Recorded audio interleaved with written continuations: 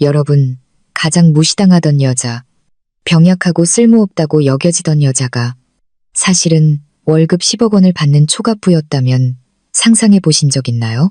이것은 바로 김서연의 이야기입니다.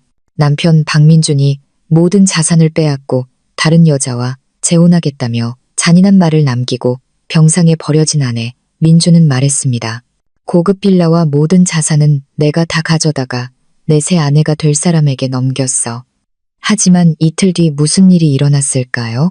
민주는 패닉에 빠져 서연에게 전화를 걸었습니다. 그의 모든 재산이 순식간에 사라졌기 때문입니다. 여러분은 비밀을 간직한 서연이 어떻게 상황을 역전시켰는지 믿지 못할 겁니다. 마음 단단히 준비하세요. 이번에는 가장 치욕적인 몰락을 목격하게 될 테니까요. 시작하기 전에 여러분의 도움이 필요합니다. 이 영상에 좋아요를 누르고 모모 이야기 채널을 구독해서 다른 화제의 이야기들을 놓치지 마세요. 그리고 알림벨을 켜는 것도 잊지 마세요.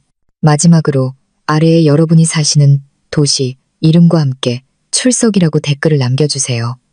이 서연의 이야기가 얼마나 널리 퍼질 수 있는지 증명해 봅시다. 준비되셨나요?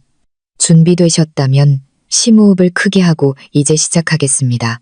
병원 VIP 병실의 공기는 차갑고 소독약 냄새로 가득했습니다.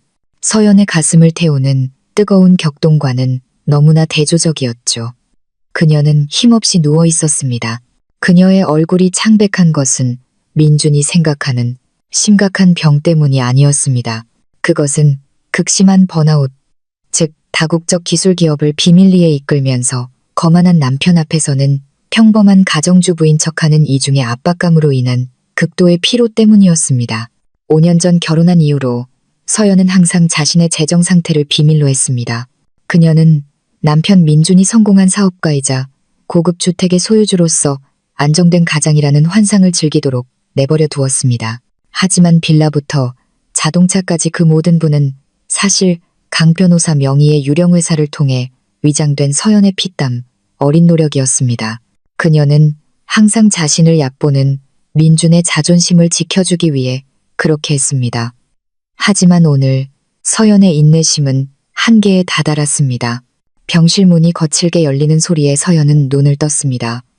민준의 모습이 나타났지만 혼자가 아니었습니다. 그의 옆에는 짙은 화장과 눈에 띄게 노출이 심한 옷을 입은 젊은 여자가 서 있었습니다. 그녀는 민준과 똑같이 역겨운 오만함의 아우라를 풍기고 있었습니다. 그 여자는 최윤아였습니다. 지금까지 서연이 소문으로만 들었던 민준의 내연녀였습니다. 민준은 차가운 미소를 지으며 다가왔습니다.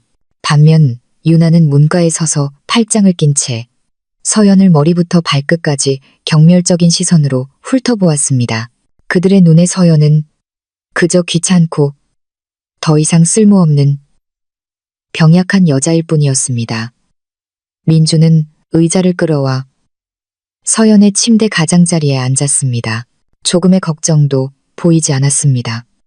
오히려 그의 시선은 역겨움과 참을 수 없는 쾌감으로 가득 차 있었습니다.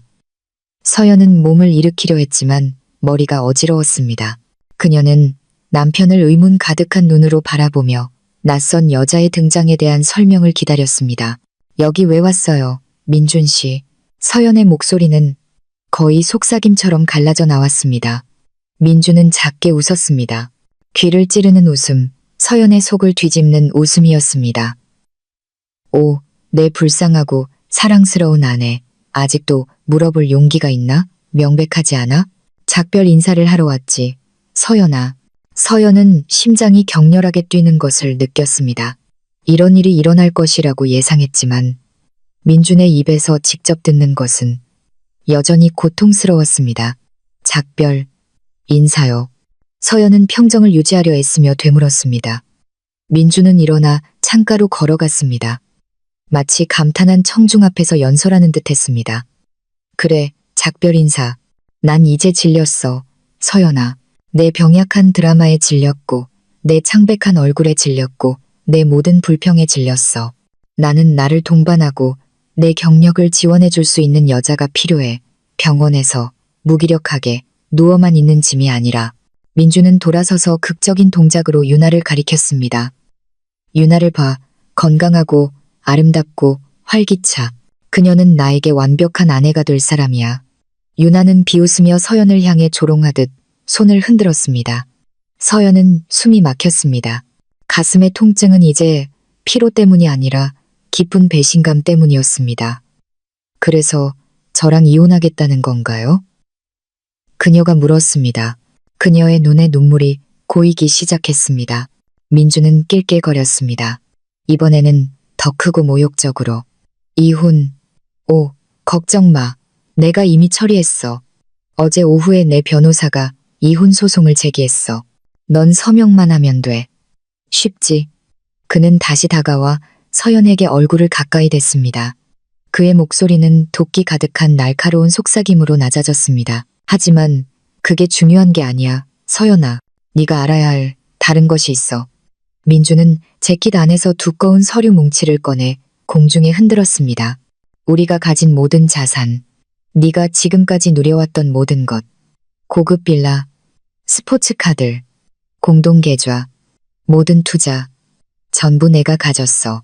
내가 모든 소유권을 이전했거든. 그 고급 빌라는 내 새 아내가 될 유나에게 결혼 선물로 넘겼어. 넌 한 푼도 못 받을 거야. 내가 확실히 해뒀지. 민주는 다시 웃었습니다. 승리감과 오만함으로 가득 찬 웃음이었습니다. 서연은 멍한 눈으로 그 서류를 바라보았습니다. 하지만 그 상처 입은 눈빛 뒤에서는 복수의 불꽃이 타오르기 시작했습니다. 그녀는 민준을 보았습니다. 아무것도 모르는 남편이 아내를 속이는데 성공한 재벌처럼 행세하고 있었습니다. 서연은 지금 민준이 자신이 직접 설치한 무대 위에서 춤을 추고 있다는 것을 알았습니다. 유나가 마침내 방 안으로 완전히 들어와 서연의 침대 옆 협탁을 뒤지기 시작했습니다. 세상에, 이 아줌마 취향 정말 촌스럽다. 민준 씨. 이 잠옷들 좀 봐. 할머니 옷 같아. 유나는 서연의 잠옷을 경멸스럽게 바닥에 던졌습니다. 민주는 그저 씩 웃을 뿐 말리지 않았고 오히려 서연이 겪는 굴욕을 즐기는 듯했습니다. 그녀는 항상 그랬어. 유나야. 구식이고 촌스럽고 가장 중요한 건 삶에 대한 열정이 없다는 거지. 그녀는 절대 너와 같은 수준이 될 수 없어. 민주는 서연 앞에서 유나를 껴안고 그녀의 이마에 다정하게 입을 맞추었습니다. 서연에게 더 깊은 상처를 주기 위한 행동이었습니다. 이제 갈게, 서연아. 민준이 유나를 방 밖으로 이끌며 말했습니다. 남은 병이나 잘 즐기라고. 병원에서 나오면 그 집에 돌아올 생각은 꿈도 꾸지 마. 그 집은 이제 유나 거야. 우린 모레 결혼할 거니까. 지루했던 5년 고마웠다. 잘 가, 병약한 아내. 민준과 유나는 서연을 그 방에 홀로 남겨두고 떠났습니다. 마치 모든 것이 무너져 내린 듯한 상황에 놓인 채로 서연의 눈물이 쏟아졌습니다. 민준을 잃은 슬픔의 눈물이 아니라 이토록 무시당한 것에 대한 분노의 눈물이었습니다. 서연은 눈을 감고 고통이 지나가기를 기다렸습니다. 그들이 떠나자마자 그녀는 베개 밑에 숨겨둔 휴대폰을 즉시 집어들었습니다. 그녀의 손은 떨렸지만 그것은 나약함 때문이 아니었습니다. 그녀는 한 이름을 찾았습니다. 강 변호사. 강 변호사는 그녀의 개인 변호사였습니다. 그녀의 절친 지은을 제외하고 그녀의 진짜 정체를 아는 유일한 사람이었습니다. 그녀는 월 순수익이 10억 원에 달하는 인공지능 분야의 거대 기술 기업 CEO였습니다. 민주는 자신의 자만심에 너무 바빠 신경 쓰지 않았기 때문에 전혀 몰랐던 사실이었습니다. 지금까지 민준 명의의 자산은 강 변호사가 관리하는 위장 자산에 불과했습니다. 모든 것은 서연의 돈으로 구입되었고 민준이 내용을 자세히 읽지도 않고 서명한 혼전 계약서 때문에 쉽게 회수할 수 있었습니다. 강 변호사님, 지금 이쪽으로 와주세요. 서연이 말했습니다. 그녀의 목소리는 차갑고 위험있게 돌변했습니다. 더 이상 약한 아내가 아닌 기업 리더의 목소리였습니다. 모든 자산 회수 서류를 가져오시고 민준 씨에 대한 이혼 소송을 준비해 주세요. 소송은 오늘 바로 제기되도록 해주세요. 그가 병약하다고 부른 여자가 방금 전쟁을 선포했다는 것을 알게 해주고 싶어요. 서연은 숨을 내쉬며 민준이 방금 닫고 나간 문을 날카롭게 응시했습니다. 그리고 강 변호사님, 그가 제 회사 자산에서 단 1원도 가져가지 못하게 확실히 해주세요. 저는 그가 모든 것을 잃기를 바랍니다. 지금부터 10억 원 플랜을 실행합니다. 서연은 침대에 기댔습니다. 마음의 고통은 강철 같은 결심으로 바뀌었습니다. 그녀는 민준과 유나가 하루 동안 거짓된 승리의 희열을 즐기도록 내버려 둘 것이었습니다. 곧 서연이 되찾을 집 위에서 그들이 파티를 벌이게 두십시오. 서연은 민준이 재산을 안겨준 여자를 고작 재산을 노리는 내연녀와 바꾼 것을 평생 후회하게 만들 것이라고 다짐했습니다. 서연은 눈을 감고 서연의 진짜 정체가 대중에게 공개되었을 때 항상 비꼬고 자신을 무시했던 민준과 시어머니 박 여사의 얼굴을 상상했습니다. 그녀는 이 복수가 그들이 본 것 중 가장 값비싼 쇼가 되도록 할 것이었습니다. 서연의 월 10억 원 수입으로 자금을 댄 쇼. 그날 밤 차가운 병원 침대에서 서연은 인내심 있는 아내의 길을 멈추고 잔인한 CEO가 되었습니다. 서연은 시간을 낭비하지 않았습니다. 민준과 유나가 문 밖으로 사라지자마자 그녀는 즉시 절친한 친구 지은에게 전화를 걸었습니다. 지은은 서연이 현실 세계와 연결되는 유일한 달이었습니다. 서연이 무시당하는 병든 아내가 아니라 존경받는 성공한 경영인인 세상. 서연의 회사 본사에 있던 지은은 서연의 차갑고 단호한 목소리에 깜짝 놀랐습니다. 서연은 민준의 모욕적인 방문과 이혼 통보, 그리고 자산 강탈 주장에 대해 간단히 설명했습니다. 오랫동안 서연에게 연기를 그만두라고 촉구해왔던 지은은 분노를 참을 수밖에 없었습니다. 내가 오래전부터 말했잖아. 서연아, 박민준은 기생충이야. 네가 만들어준 성공의 환상을 즐기면서 내 돈을 쓰는 법밖에 모른다고. 지은이 전화기 너머로 소리쳤습니다. 그녀의 목소리에는 짜증이 가득했습니다. 서연은 눈을 감았습니다. 나도 알아, 지은아. 하지만 이제 끝났어. 그가 선을 넘었어. 이 모든 게 자기 거라고 생각하고 다른 여자에게 줘버렸어. 그의 어리석음과 오만함이 아무런 대가 없이 지나가게 두지 않을 거야. 난 그가 모든 걸 잃었으면 좋겠어, 지은아. 돈뿐만 아니라 그의 자존심까지도. 정확히 30분 후 서연의 개인 변호사인 강 변호사가 서연의 VIP 병실에 도착했습니다. 강 변호사는 차분하고 지적이며 항상 단정하게 옷을 입는 중년 남성이었지만 누구도 따라올 수 없는 법률적 지략을 가지고 있었습니다. 그는 서연의 비밀 문서가 담긴 가죽 서류 가방을 들고 왔습니다. 강 변호사는 누워있는 서연을 보았지만 나약함을 보지 않았습니다. 그는 의뢰인의 눈에서 타오르는 불꽃을 보았습니다. 김 대표님, 전화 받았습니다. 박민준 씨의 처사에 대해 유감스럽게 생각합니다. 지시사항이 있으신가요? 그가 물었습니다. 그의 목소리는 격식 있었지만 충성심으로 가득했습니다. 서연은 강 변호사에게 옆에 앉으라고 요청했습니다. 그리고 그들은 10억 원 플랜에 대해 논의하기 시작했습니다. 이 계획은 소리 지름이나 물리적 다툼 없이 오직 법적으로 설계된 복수였습니다. 법원 명령, 은행 통지, 그리고 피할 수 없는 자산 회수를 통해서 말이죠. 서연은 민준이 자기 것이라고 주장하는 고급 빌라, 그가 자랑하는 2대의 스포츠카, 심지어 그가 관리하는 회사의 소수 지분까지 모든 주요 자산이 강 변호사가 전적으로 통제하는 법인을 통해 구매되었다고 설명했습니다.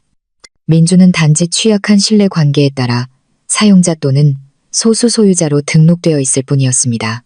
강 변호사님, 민준 씨가 읽지도 않고 서명한 혼전 계약서, 즉 결혼 전 취득했거나 개인 투자를 통해 얻은 모든 자산은 제 개인 소유가 된다는 내용이 담긴 그 서류가 이혼 소송과 함께 제출될 준비가 되었는지 확인해 주세요.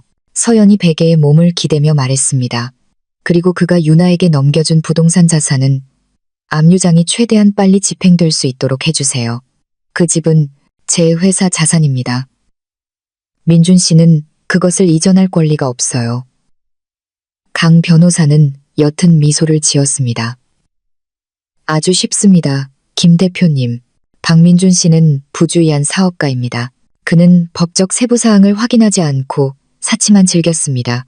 모든 자산은 이미 법적으로 보호되어 있습니다. 이혼 소송이 접수되는 즉시 모든 자산은 자동으로 동결되고 대표님 회사 명의로 회수될 준비가 됩니다. 은행 통지도 이미 처리해 두었습니다. 그가 공동 계좌라고 믿었던 모든 계좌는 그가 운영자금으로 사용했던 회사 계좌였습니다. 그리고 저는 은행에 그 잔액을 동결하고 인출하라고 지시했습니다. 법적으로 허용된 최소 금액만 남겨두고요. 서연은 만족스럽게 고개를 끄덕였습니다. 오늘 바로 실행해 주세요, 강 변호사님. 저는 민준 씨와 그의 새 아내가 될 유나가 성공의 환상 속에서 결혼하기를 바랍니다. 파티를 즐기게 두세요.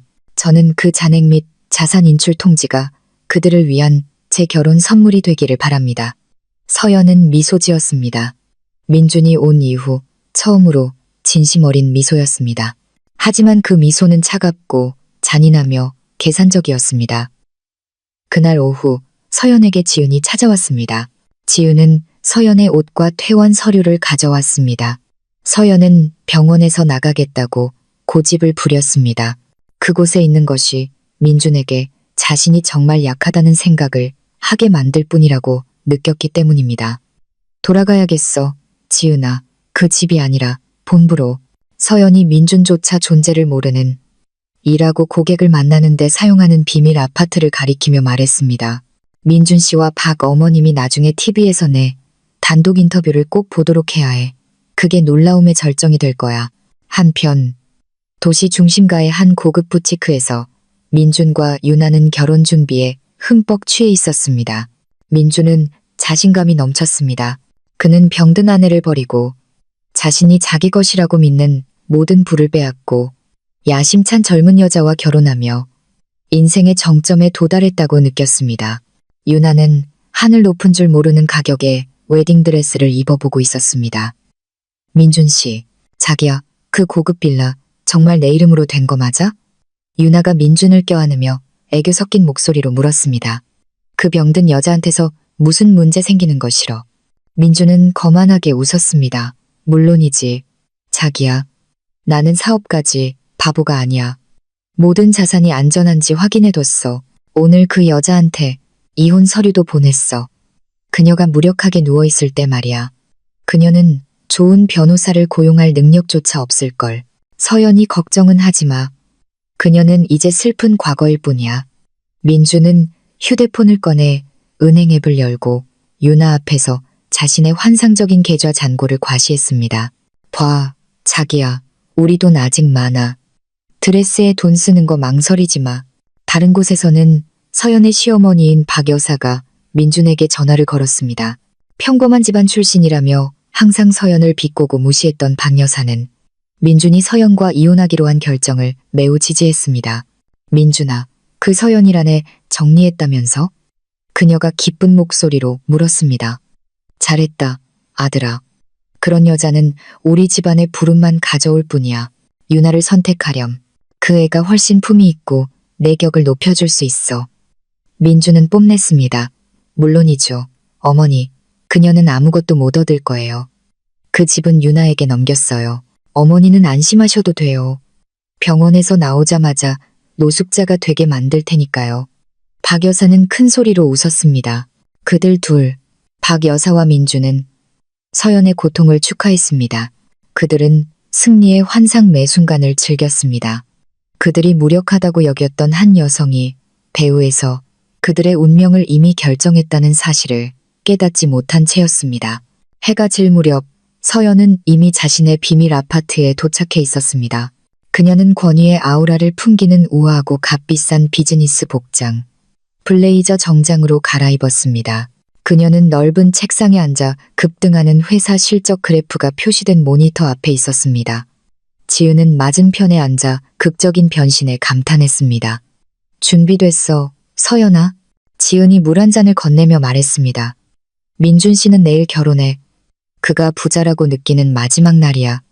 서연은 천천히 물을 마셨습니다. 준비됐어. 결혼하게 둬. 내가 그를 절망의 나락으로 떨어뜨리기 전에 그가 거짓된 행복의 절정을 맛보게 하고 싶어. 서연은 모니터를 돌려 휴대폰의 작은 카메라로 녹화한 영상을 보여주었습니다. 병원에서 잔인하고 모욕적인 말을 하는 민준의 영상이었습니다. 이건 법정에서 가장 강력한 증거가 될 거야, 지은아. 그리고 이건 TV 인터뷰의 예고편이 될 거고. 서연은 다시 강 변호사에게 전화를 걸었습니다. 강 변호사님, 민준 씨가 사용하는 모든 계좌의 잔액 인출 통지가 내일 아침 바로 그의 결혼식 날에 발송되도록 확실히 해주세요. 지체는 없습니다. 그 통지가 그들의 아침을 위한 서프라이즈가 되길 바랍니다. 강 변호사는 모든 것이 계획대로 진행 중이라고 전문적인 어조로 답했습니다. 서연은 통화를 마쳤습니다. 그녀는 아파트 창밖을 내다보며 불빛으로 장식된 도시의 아름다운 야경을 바라보았습니다. 그녀는 민준을 후회하지 않았습니다. 그녀가 후회하는 것은 가치 없는 남자의 자존심을 지키기 위해 약한 사람인 척하며 5년이라는 시간을 낭비한 것이었습니다. 이제 그 시간은 끝났습니다. 병약한 서연의 이야기는 오늘로 끝납니다. 내일 월 수입 10억 원의 CEO 김서연이 일어나 그녀의 모든 것을 되찾고 보너스로 민준과 박 여사를 그들의 오만의 왕좌에서 끌어내릴 것입니다. 그녀는 다시는 다른 사람이 자신의 노력, 힘, 그리고 특히 마음을 얕보는 것을 허락하지 않을 것입니다. 서연은 새로운 장을 즐길 준비가 되어 있었습니다. 민준을 끝없이 공황 상태로 만들 장을. 그날 아침 공기는 승리감과 오만함의 향기로 가득했습니다. 민준은 환한 미소로 잠에서 깼습니다. 오늘은 유나와의 결혼식 날이었습니다. 그가 공식적으로 모든 호화 자산의 단독 소유자가 되는 날. 그가 병이자 짐으로 여겼던 서연을 제거하는 날. 그는 5성급 호텔에 있었습니다. 그와 유나가 호화로운 피로연을 열 장소였습니다. 민준은 거울에 비친 자신의 모습을 보며 당당하고 성공적이라고 느꼈습니다. 그의 생각 속에서 그는 운명을 조롱하고 서연이라는 걸림돌을 제거하는데 성공한 진정한 승자였습니다. 그가 준비를 위해 움직이기 직전 그의 휴대폰이 여러 은행으로부터 반복적인 알림으로 울렸습니다. 민준은 그것을 무시했습니다. 아침부터 오는 판촉 메시지나 스팸이라고 생각했습니다. 하지만 알림은 계속해서 절박하게 울렸습니다. 약간의 짜증과 함께 그는 은행 앱을 열었습니다. 그의 눈은 즉시 커졌고 마치 화면에서 불이 뿜어져 나오는 것처럼 휴대폰 화면을 응시했습니다. 그의 사업 운영 자금으로 사용하던 주거래 계좌의 잔고, 수억 원이 있어야 할 잔고가 갑자기 아주 작은 숫자로 변해 있었습니다. 겨우 몇백만 원만 남아 있었습니다. 그의 다른 예금 계좌에서도 같은 일이 일어났습니다. 이게 뭐야? 이 망할 은행에 무슨 일이야? 민준이 소리치며 휴대폰을 침대에 던졌습니다. 그는 이것이 시스템 오류나 해킹이라고 생각했습니다. 민준은 은행 지점장에게 전화를 걸어보았지만 답이 없었습니다. 식은땀이 그의 이마를 적시기 시작했습니다. 어떻게 이럴 수 있지? 그는 이 결혼식 비용을 위해 이틀 전에 큰 금액을 인출했었습니다. 그 잔고는 안전했어야 했습니다. 그는 스스로를 진정시키려 애썼습니다. 아마도 일시적인 오류일 것이다. 다른 방에서는 유나도 준비 중이었습니다. 그녀는 값비싼 웨딩드레스를 입고 환하게 빛나고 있었습니다. 그녀는 부유한 남자와 결혼하고 고급 빌라를 선물로 받으며 인생의 정점에 도달했다고 느꼈습니다. 유나는 메이크업 아티스트에게 자신의 새 다이아몬드 반지를 자랑했습니다. 이것 봐요. 이것도 선물이에요. 민준 씨가 말하길 그 고급 빌라는 이미 내 이름으로 되어 있대요. 나는 거기서 대저택의 안주인이 될 거예요. 그녀가 자랑스럽게 말했습니다. 갑자기 유나의 방문이 민준에 의해 벌컥 열렸습니다. 민준의 얼굴은 더 이상 오만함으로 가득하지 않고 창백했습니다. 그의 눈은 공포를 발산했습니다. 유나야, 뭔가 잘못됐어. 내 모든 계좌 잔고가 거의 다 인출됐어. 이건 불가능해. 민준이 유나의 팔을 움켜쥐었습니다. 미소 짓던 유나는 이제 이마를 찌푸렸습니다. 뭐라고? 인출. 우리 결혼식 날에 감히 누가 당신 돈을 인출해. 민준 씨. 틀림없이 서연이야. 그 병든 여자가 복수하는 거야. 민준은 공황 상태에서 고개를 저었습니다. 아니, 불가능해. 그녀는 마비된 채로 병원에 누워 있어. 그녀는 아무런 힘이 없어. 게다가 이건 내 회사 운영 계좌지. 공동 계좌가 아니야. 민주는 방안을 서성거렸습니다. 그의 공황은 유나에게 전염되었습니다. 결혼식은 몇 시간 후에 시작될 예정이었고 그는 호텔에 남은 비용을 지불할 현금이 충분하지 않다는 것을 막 깨달았습니다. 다른 곳에서는 민준의 어머니인 박 여사가 옛집에서 준비를 하고 있었습니다. 그녀는 민준에게 축하 전화를 걸었습니다. 그녀의 목소리는 기쁨으로 가득했습니다. 내 아들, 오늘이 최고의 날이구나. 드디어 그 재수 없는 여자에게서 해방되었구나. 네가 유나와 결혼해서 엄마는 정말 기쁘다. 민주는 당황한 기색을 감추려 목소리를 가다듬었습니다. 네, 어머니, 감사합니다. 그런데 어머니, 은행에 기술적인 문제가 좀 생겨서요. 집에 현금 좀 있으세요? 조금 보내주실 수 있을까요? 나중에 갚을게요. 민주는 어머니에게 사실대로 말할 용기가 없었습니다. 그는 박 여사가 경로하여 결혼식을 망칠까봐 두려웠습니다. 민준과 유나가 갑작스러운 재정적 공황과 싸우는 동안 서연은 자신의 비밀 아파트에서 평온한 아침을 즐기고 있었습니다. 그녀는 이미 강 변호사로부터 보고를 받았습니다. 모든 잔액 인출 지시는 아침 8시 정각에 성공적으로 실행되었습니다. 서연은 만족스럽게 미소 지었습니다. 완벽한 아침 서프라이즈였습니다. 그녀는 호화로운 서재 의자에 앉아 있었습니다. 역시 신이 난 듯한 지은과 함께였습니다. 그의 반응이 어떨 것 같아, 지은아? 서연이 허브차를 마시며 물었습니다. 지은은 작게 웃었습니다. 틀림없이 민준 씨는 지금 머리 잃은 닭처럼 뛰어다니고 있을 거야. 그는 이게 기적이라고 생각할걸. 그가 버린 병든 여자가 이 모든 것의 배우라고는 절대 생각하지 못할 거야. 지은은 자랑스럽게 서연을 바라보았습니다. 이제 네가 준비할 시간이야. 메이크업과 의상팀이 곧 도착할 거야. 오늘 밤 단독 인터뷰에서의 내 모습을 진짜 폭탄으로 만들어야 해. 그 단독 인터뷰는 서연의 비밀 무기였습니다. 그녀는 자신의 회사의 성공과 글로벌 확장 계획에 대해 이야기하도록 초대받았습니다. 그녀는 한 가지 조건으로 동의했습니다. 인터뷰는 황금 시간대에 방송되어야 하며 그녀가 자신의 삶의 이야기에 대해 조금 밝힐 것이라는 조건이었습니다. 목표는 단지 부를 과시하는 것이 아니라 민준과 박 여사에게 공개적으로 자신의 진짜 정체를 밝혀 그들이 서연을 약하고 가난한 여자라고 믿었던 환상을 산산조각 내는 것이었습니다. 오후에 민준과 유나의 결혼식은 떠들썩하게 거행되었습니다. 하지만 민준의 억지 미소 뒤에는 그를 계속 갉아먹는 불안감이 있었습니다. 그는 계속해서 휴대폰을 보며 은행이나 변호사로부터의 답장을 기다렸지만 아무 소용이 없었습니다. 그는 호텔 직원과 공급업체에 지불하기 위해 가지고 있던 남은 현금을 모두 써야 했습니다. 유나는 뭔가 잘못되었다고 느꼈지만 침착함을 유지하려 했었습니다. 그녀는 박민준의 아내라는 새로운 지위와 그녀를 기다리는 고급 빌라의 약속에만 집중했습니다. 민준과 유나가 하객들과 사진을 찍고 있을 때 강 변호사가 호텔 로비에 나타났습니다. 그는 하객으로 온 것이 아니었습니다. 그는 서연의 대리인으로 왔습니다. 강 변호사는 차분하지만 단호한 걸음으로 민준에게 다가갔습니다. 민준의 얼굴은 즉시 굳어졌습니다. 강 변호사님, 무슨 일이시죠? 하객으로 오셨나요? 그가 미소를 지으려 애쓰며 물었습니다. 강 변호사는 그 미소에 답하지 않았습니다.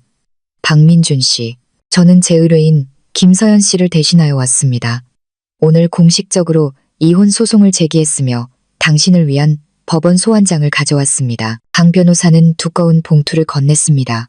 이 소송에는 또한 당신이 지금까지 사용해온 제 의뢰인 회사 명의 모든 부동산 및 차량 자산에 대한 동결 및 회수 통지서가 동봉되어 있습니다. 당신이 당신 소유라고 주장하는 집과 당신이 운전하는 스포츠카를 포함해서요. 민주는 피가 빠져나가는 것을 느꼈고 얼굴은 병원에 있을 때의 서연보다 더 창백해졌습니다. 뭐라고? 그럴 리가. 그 자산은 내 거야. 서연이는 그렇게 많은 돈이 없어. 그녀는 내가 부양하는 병든 여자일 뿐이야. 그가 높은 목소리로 외쳤습니다. 강 변호사는 고개를 저었습니다. 김서연 씨는 현재 수조원의 가치를 지닌 기술회사 이노테크 글로벌의 CEO입니다. 당신이 지난 5년 동안 누려온 모든 자산은 당신이 직접 서명한 혼전 계약서를 통해 위장된 회사 자산입니다. 당신은 단지 사용권을 가졌을 뿐입니다. 박민준 씨. 그리고 그 사용권은 오늘부로 유기와 모욕 혐의에 따른 이혼 소송과 함께 취소되었습니다. 민주는 그 봉투를 꽉 쥐었습니다. 그는 근처에 서 있던 유나가 강 변호사의 모든 말을 듣고 충격받은 것을 보았습니다. 민주는 침착함을 유지하려 애썼습니다. 이건 그 여자의 짓이야. 그녀는 아무것도 얻지 못할 거야. 법정에서 싸울 거야. 강 변호사는 차갑게 미소 지을 뿐이었습니다. 마음대로 하십시오. 박민준 씨. 하지만 부동산 압류팀이 내일 아침 임무를 수행할 것이라는 점을 알려드리고 싶습니다. 당신과 유나 씨는 오늘 밤 그 고급 빌라에서 보내지 않는 것이 좋을 겁니다. 그곳의 소유권은 더 이상 당신 것이 아니니까요. 결혼 축하합니다. 박민준 씨. 그리고 오늘 밤 뉴스에서 보게 될 것에 놀라지 않으시길 바랍니다.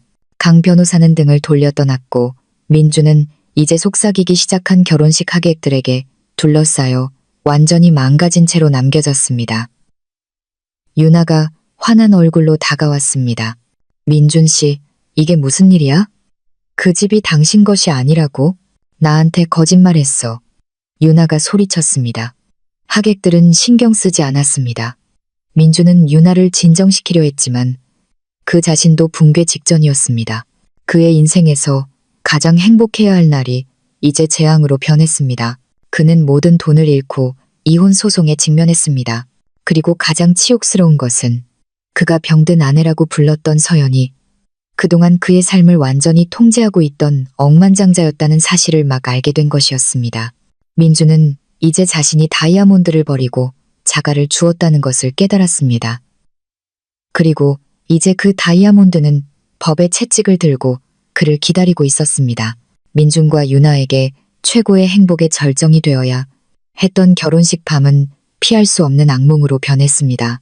호텔 로비에서 강 변호사와의 치욕적인 대면 후 민준은 유나를 방으로 끌고 갔습니다. 민준의 감정은 분노, 타는 듯한 수치심, 그리고 엄청난 공황 사이를 오갔습니다. 그는 테이블을 내리치고 음료를 쏟고 마치 온 세상이 그를 상대로 음모를 꾸민 것처럼 소리쳤습니다. 사랑으로 가득했던 유나는 이제 분노에 찬 모습이었습니다. 그녀의 값비싼 웨딩드레스는 무겁게 느껴졌고 그녀가 막 느낀 불행한 운명을 반영했습니다. 민준 씨, 말해봐요. 농담 아니죠? 그 집 당신 거 아니에요? 차들도? 유나가 요구했습니다. 그녀의 목소리는 칼날처럼 날카로웠습니다. 서연이가 당신이 부양하는 가난한 여자라고 했잖아요. 당신은 엄청난 거짓말쟁이야.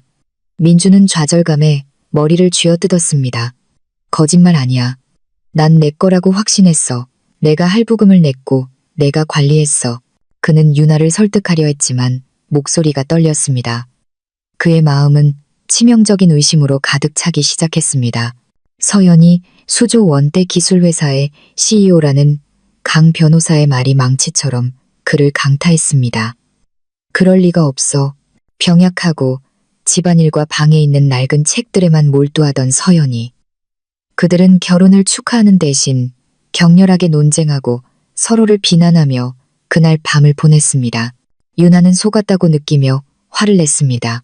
그녀는 민준의 부가 가짜라는 것을 알고 결혼했습니다. 민준은 5년 동안 자신이 깨닫지 못한 채 서연에게 부양받는 꼭두각시에 불과했다는 사실을 막 깨닫고 화를 냈습니다. 밤 10시 민준은 박 여사에게 전화를 걸었습니다. 결혼 피로연에서 넘치는 자부심으로 막 돌아온 박 여사는 기쁘게 전화를 받았습니다. 무슨 일이니? 아들아? 엄마가 보고 싶었구나. 첫날 밤은 어땠니? 민주는 더 이상 참을 수 없었습니다. 어머니, 지금 집으로 오셔야 해요. 우리 큰일 났어요. 민주는 강 변호사의 방문, 이혼 소송, 그리고 가장 심각한 아침의 집 압류 위협에 대해 이야기했습니다. 즐겁게 웃던 박 여사는 이제 침묵했습니다. 뭐라고? 집이 압류된다고? 그럴 리가. 그 서연이란 애는 아무것도 없는 여자야. 그냥 협박일 거야. 민준아, 당황하지 마. 협박이 아니에요. 어머니. 강 변호사가 서연이는 기술회사 CEO라고 했어요. 수조 원의 자산을 가지고 있대요. 우리 지금 거기 가서 귀중품 다 챙겨야 해요, 어머니. 그들이 오기 전에요. 민준이 소리쳤습니다. 민준의 공황 상태는 박 여사가 상황이 심각하다는 것을 마침내 깨닫게 했습니다. 박 여사는 기사에게 서둘러 이제 소유권이 박탈될 고급 빌라로 데려다 달라고 요청했습니다. 한편 서연은 다음 날 밤 TV 인터뷰를 위해 비밀 아파트에서 피팅을 하고 있었습니다. 그녀는 강 변호사의 보고서를 보고 있었습니다. 민준과 유나는 아직 호텔을 떠나지 않았고 박 여사는 그 집으로 가고 있었습니다. 서연은 옅은 미소를 지을 뿐이었습니다. 민준은 너무 오만해서 이게 현실이라고 믿지 않을 거야. 강 변호사님, 내일 아침에 그들이 놀라게 놔두세요. 다음 날 아침, 민준과 유나는 호텔에서 서둘러 그 고급 빌라로 향했습니다. 그들은 문 앞에 이미 부동산 압류팀 로고가 붙은 큰 트럭이 주차되어 있는 것을 보고 놀랐습니다. 민준은 택시에서 뛰쳐나왔습니다. 그의 얼굴은 잠을 설쳐 헝클어졌고 눈은 충혈되어 있었습니다. 이봐요, 뭐 하는 겁니까? 여기는 내 집이에요. 들어오면 안 돼요. 민준이 문자물쇠를 열고 있는 건장한 2명의 직원에게 소리쳤습니다. 팀장 역할을 하는 한 직원이 강 변호사가 서명한 법원에 압류 명령서를 보여주었습니다. 죄송합니다, 선생님. 이 서류에 따르면 이 부동산과 그 안의 모든 물건은 이노테크 글로벌 회사의 자산이며 저희는 오늘부로 회수 및 비우도록 명령받았습니다. 당신은 이 부동산에 대한 법적 권리가 더 이상 없습니다. 민준은 그 서류를 찢었습니다. 아니, 이건 속임수야. 내 변호사에게 전화할 거야. 당신들은 이럴 수 없어. 갑자기 박 여사가 현장에 도착했습니다. 아들이 직원들과 다투는 것을 보고 그녀는 차에서 즉시 뛰어내렸습니다. 멈춰요. 이 집 건드리지 마세요. 내 아들이 소유자예요. 그 재수 없는 서연이는 어디 있어요? 나와서 나랑 마주하라고 해요. 박 여사가 히스테릭하게 소리쳤습니다. 압류팀장은 침착함을 유지했습니다. 저희는 법원 명령을 집행할 뿐입니다. 부인, 협조하지 않으시면 경찰을 부를 수밖에 없습니다.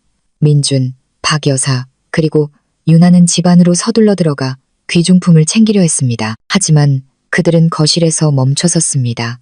그들은 서연의 친구인 지은이 호화로운 거실 소파에 편안하게 앉아있는 것을 보았습니다. 강 변호사와 건장한 개인 경호원 몇 명과 함께였습니다. 지은은 비꼬는 미소를 지었습니다. 좋은 아침입니다. 박민준 씨, 유나 씨, 그리고 박 어머님. 지은이 꾸며낸 친절한 목소리로 인사했습니다. 결혼 축하드려요. 하필이면 잘못된 때에 결혼하셨네요. 저희는 서연이에게서 온 뒤늦은 결혼 선물을 받으러 왔습니다. 민주는 떨리는 손가락으로 지은을 가리켰습니다. 지은이, 너는 분명 서연이의 수족이야. 내 아내는 어디 있어? 오라고 해. 내가 얘기 좀 해야겠어. 지은은 뜨거운 커피를 한 모금 마셨습니다. 서연이는 여기 없어요. 민준 씨. 바쁘거든요. 이런 저급 드라마에 낭비할 시간이 없어요. 그녀는 CEO예요. 기억해요? 하지만 메시지를 남겼어요. 민준 씨의 모든 개인 물품은 4개의 상자에 담겨 길가에 놓일 겁니다. 나머지는 저희가 압류해야 할 회사 자산입니다. 박 여사는 히스테릭하게 소리쳤습니다. 개인 물품 안 돼. 이 가구들, 이 장식품들, 이 화병, 이 모든 건 우리 거야. 우리가 즐겼다고 강 변호사가 앞으로 나섰습니다. 죄송합니다, 박 어머님. 모든 가구, 그림, 전자제품, 심지어 테이블 위에 저 화병까지 모두 위장된 본사 비품으로 기록되어 있습니다. 모두 김서연 대표님 회사 명의로 구매되었습니다. 박민준 씨는 그의 옷, 면도기, 칫솔에 대한 권리만 있습니다. 그게 전부입니다. 민준은 세상이 무너지는 것을 느꼈습니다. 그는 이제 혐오와 분노의 시선으로 자신을 바라보는 유나를 돌아보았습니다. 유나는 민준이 정말 아무것도 없다는 것을 깨달았습니다. 그가 자랑했던 모든 부는 단지 빌린 자산에 불과했습니다. 거짓말쟁이, 민준 씨, 부자라고 했잖아. 성공한 사업가라고 했잖아. 알고 보니 당신은 당신이 병약하다고 부른 아내에게 부양받는 기생충에 불과했어. 유나는 다이아몬드 반지를 빼서 민준의 얼굴에 던졌습니다. 더 이상 당신과 엮이고 싶지 않아. 이혼이야. 유나는 집 밖으로 뛰쳐나가 이제 이중의 절망에 빠진 민준을 남겨두었습니다. 그는 압류 당일에 새 아내에게 버림받았고 모든 재산은 순식간에 사라졌습니다.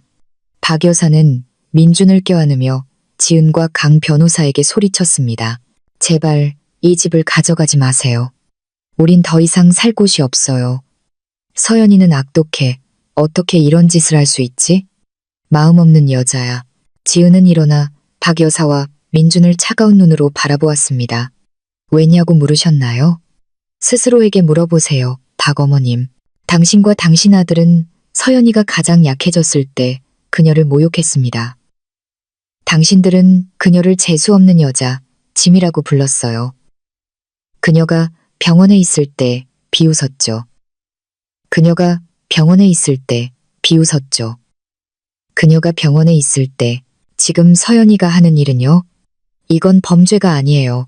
이건 월 10억 원짜리 법의 정의입니다. 혼란 속에서 절망에 빠진 민주는 휴대폰을 꺼내 3번으로 서연에게 전화를 걸었습니다. 그는 이 모든 것을 취소해달라고 빌고 애원하고 요청하고 싶었습니다. 충격받은 전 남편의 공황에 찬 전화가 마침내 걸려왔습니다. 서연아, 나 민준이야. 제발 이 모든 걸 멈춰줘. 부탁이야. 내가 잘못했다는 거 알아. 나한테서 이 집을 뺏어가지 마. 유나와의 결혼은 취소할게. 너한테 돌아갈게. 내가 널 돌봐줄게. 민준이 애원했습니다. 그의 목소리는 울음으로 가득했습니다. 반대편에서 TV 인터뷰를 위해 화장을 받고 있던 서연은 조용히 휴대폰을 들고 있었습니다. 나에게 돌아온다고? 나를 돌봐준다고? 서연이 웃었습니다. 더 이상 고통의 웃음이 아닌 승리의 웃음이었습니다. 나는 간병인이 필요 없어. 민준 씨. 나는 자유가 필요해. 그 집은 이미 압류됐고 유나는 당신을 떠났어. 그리고 그거 알아? 나는 더 이상 아프지 않아. 알고 보니 내 병의 근원은 당신이었어. 서연아, 제발. 집이 아니라면 최소한 내 돈만이라도. 나는 이제 아무것도 없어. 서연은 잠시 침묵했습니다. 당신 돈이라고? 그 돈은 단 한 번도 당신 것이었던 적이 없어, 민준 씨. 그건 내 회사 것이었어. 당신은 그냥 빌렸을 뿐이고 그 대출은 내가 회수했어. 이제 당신과 박 어머님은 경비원들이 당신들을 끌어내기 전에 그 집에서 즉시 나가길 바라. 당신의 진짜 새로운 삶을 즐겨봐, 민준 씨. 가면도 없고 내 돈도 없는 삶을. 서연은 전화를 끊었습니다. 만족스러운 미소가 그녀의 입술에 새겨졌습니다. 민준은 휴대폰을 떨어뜨렸습니다. 그는 지은과 강 변호사를 돌아보았습니다. 그의 얼굴은 후회로 가득했습니다. 그는 방금 모든 것을 잃었습니다. 그리고 가장 고통스러운 것은 그가 이틀 전에 병든 아내라고 모욕했던 여자에게 방금 애걸했다는 사실이었습니다. 서연의 고급 빌라에서의 혼란은 고통스러운 퇴거로 끝났습니다. 민준과 박 여사는 그동안 그들의 사치와 오만의 상징이었던 집에서 쫓겨나야 했습니다. 그들은 길가에 서 있었습니다. 남은 민준의 개인 물품이 담긴 낡은 4개의 상자 옆에 그들의 얼굴은 패배의 먼지와 참을 수 없는 수치심으로 가득했습니다. 박 여사는 히스테릭하게 울며 자신이 받은 대우를 받아들이지 못했습니다. 민준아, 이건 불공평해. 어떻게 그 여자가 그렇게 많은 돈을 가질 수 있지? 분명 악마와 결탁했을 거야.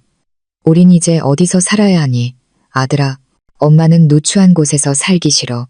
박 여사가 민준의 가슴을 치며 소리쳤습니다. 유나의 배신과 자신이 재산 없는 남자에 불과했다는 쓰라린 현실에 여전히 충격을 받은 민준은 이제 어머니의 분노에 맞서는 것 외에 선택의 여지가 없었습니다. 진정하세요, 어머니. 다른 변호사를 찾을 거예요. 강 변호사보다 더 유능한 변호사를요. 법정에서 서연이와 싸울 거예요. 그가 외쳤지만 그의 목소리 자체는 절망적으로 들렸습니다. 그들은 결국 민준이 서연과 결혼하기 전에 살았던 소박한 월세집으로 가는 택시를 타야 했습니다.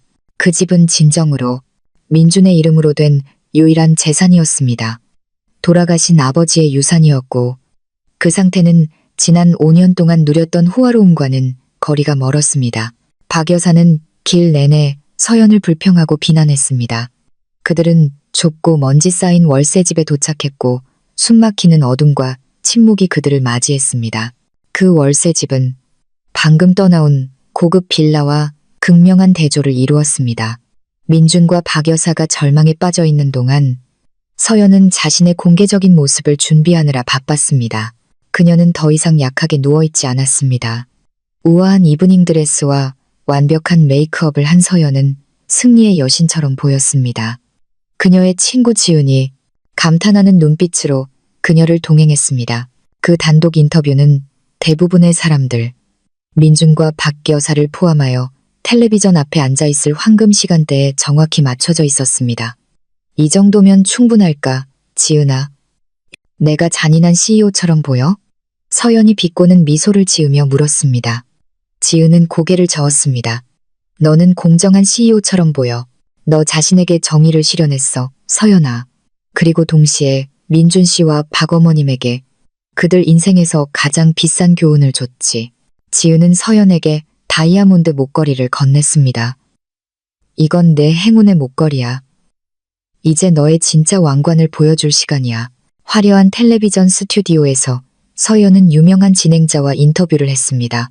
인터뷰는 순조롭게 진행되었고 그녀의 혁신적인 회사, 사업 전략에 대해 논의했습니다. 마침내 진행자는 개인적인 주제로 넘어갔습니다. 김 대표님, 당신은 화려한 경력을 가진 정말 대단한 여성입니다. 하지만 최근에 개인적인 삶에 약간의 격동이 있었다고 들었습니다. 시청자 여러분과 조금 공유해 주실 의향이 있으신가요? 서연은 숨을 들이마셨고 그녀의 날카로운 눈빛은 카메라를 꿰뚫으며 마치 민준과 박 여사에게 직접 말하는 것 같았습니다. 물론 공유하겠습니다. 왜냐하면 저는 이것이 세상의 많은 여성들에게 중요한 교훈이 될 것이라고 믿기 때문입니다. 서연이 차분하고 위험 있는 목소리로 말했습니다. 지난 5년 동안 저는 제 가치를 전혀 몰랐던 한 남자의 그늘 아래서 살았습니다. 저는 그의 자존심을 상하게 하지 않기 위해 제 정체와 부를 숨기기로 선택했습니다. 저는 그가 집, 차, 그리고 실제로는 제가 비용을 댄 사치를 즐기도록 내버려 두었습니다. 그리고 그 남자의 반응은 어땠나요? 진행자가 극적인 억양으로 물었습니다. 그 남자, 그는 저를 병약한 아내라고 부르며 병상에 저를 버리고 제 회사 자산을 모두 빼앗아 다른 여자에게 주려고 했습니다. 그는 저에게 도전했습니다. 그는 모든 자산이 이미 내게서 빼앗겼다고 말했습니다. 서연이 대답했습니다. 그녀는 그리고 미소 지었습니다. 스튜디오 전체를 침묵하게 만든 미소였습니다. 저는 그의 도전을 받아들였습니다. 제 모든 것을 되찾는 데는 단 이틀이면 충분했습니다. 저는 모든 대출금을 회수하고 회사 자산의 사용권을 취소했으며 이혼 소송을 제기했습니다. 그리고 가장 중요한 것은 저는 이 모든 것을 미소 지으며 했다는 것입니다. 왜냐하면 저는 그가 방금 월 10억 원의 삶을 안겨준 여자를 잃었다는 것을 알았기 때문입니다. 서연은 강력한 메시지로 이야기를 마쳤습니다. 결코 한 여성을 얕보지 마세요. 때로는 침묵과 부드러움이 가장 큰 힘의 가면입니다. 그 가면이 벗겨지는 순간 당신들은 모욕의 결과를 목격하게 될 것입니다. 한편 어두컴컴한 월세집에서 민준과 박 여사는 낡은 텔레비전으로 그 인터뷰를 보고 있었습니다. 그들은 침묵했고 튀어나올 듯한 눈으로 화면을 응시했습니다. 빛나는 서연의 얼굴, 호화로운 드레스, 그리고 월 10억 원 수입에 대한 고백이 폭풍처럼 그들을 덮쳤습니다. 민준아, 저거 서연이잖아. 그녀가 그 회사 주인이라고 말하고 있어. 그녀가 지금까지 우리를 부양해 온 거라고. 박 여사가 소리쳤습니다. 그녀의 목소리는 이제 분노가 아닌 두려움으로 가득했습니다. 민주는 말을 할 수 없었습니다. 그는 이틀 전에 모욕했던 여자가 이제 상상할 수 없는 부의 왕관을 쓰고 영광의 왕좌에 앉아 있는 것을 보았습니다. 민주는 자신이 얼마나 어리석었는지 깨달았습니다. 그는 단지 충실한 아내를 버린 것이 아니라 그의 부와 안락함의 원천을 버린 것이었습니다. 민준의 공황은 이제 깊고 역겨운 후회로 변했습니다.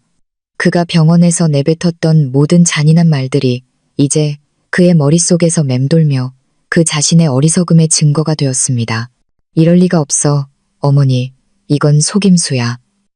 그냥 복수하고 싶은 거야. 우리를 대중 앞에서 바보로 만들고 싶은 거라고. 민주는 부인하려 했지만 목소리가 갈라졌습니다. 그는 마음속 깊은 곳에서 서연이 말한 모든 것이 반박할 수 없는 진실이라는 것을 알았습니다. 인터뷰가 끝나는 순간 민준의 휴대폰이 울렸습니다. 강 변호사의 번호였습니다. 민준은 망설이며 받았습니다. 여보세요. 강 변호사의 목소리가 저편에서 차분하게 들렸습니다. 박민준 씨, 당신과 박 어머님께서 김 대표님의 인터뷰를 보셨기를 바랍니다. 이혼 소송과 자산 회수가 다음 단계로 진행될 것임을 알려드리기 위해 전화했습니다. 그리고 추가 정보로 저희 팀이 방금 당신이 월세집 앞에 주차해둔 스포츠카 2대를 가져갔습니다. 그 차량도 회사 자산입니다. 김 대표님의 인터뷰 재방송을 즐기십시오. 그게 당신에게 남은 유일한 오락거리일 겁니다. 강 변호사는 민준에게 응답할 기회를 주지 않고 전화를 끊었습니다. 민준은 휴대폰을 바닥에 떨어뜨렸습니다. 그는 월세집 밖으로 뛰쳐나갔습니다. 집 앞에서는 큰 견인차 2대가 방금 그의 사랑하는 스포츠카 2대를 끌고 가고 있었습니다. 그 차들은 그의 자존심의 상징이었습니다. 이제 그들은 사라졌습니다. 민준은 소리쳤습니다. 그의 목소리는 부서졌습니다. 그는 집과 돈뿐만 아니라 이제 괜찮은 차조차 없었습니다. 그는 정말로 원점으로 돌아왔습니다. 하지만 이번에는 자존심도 없이 박 여사가 뛰쳐나왔습니다. 차들이 끌려가는 것을 보고 그녀는 민준을 껴안았습니다. 아들아, 우리는 그녀에게 빌어야 해. 사과해야 해.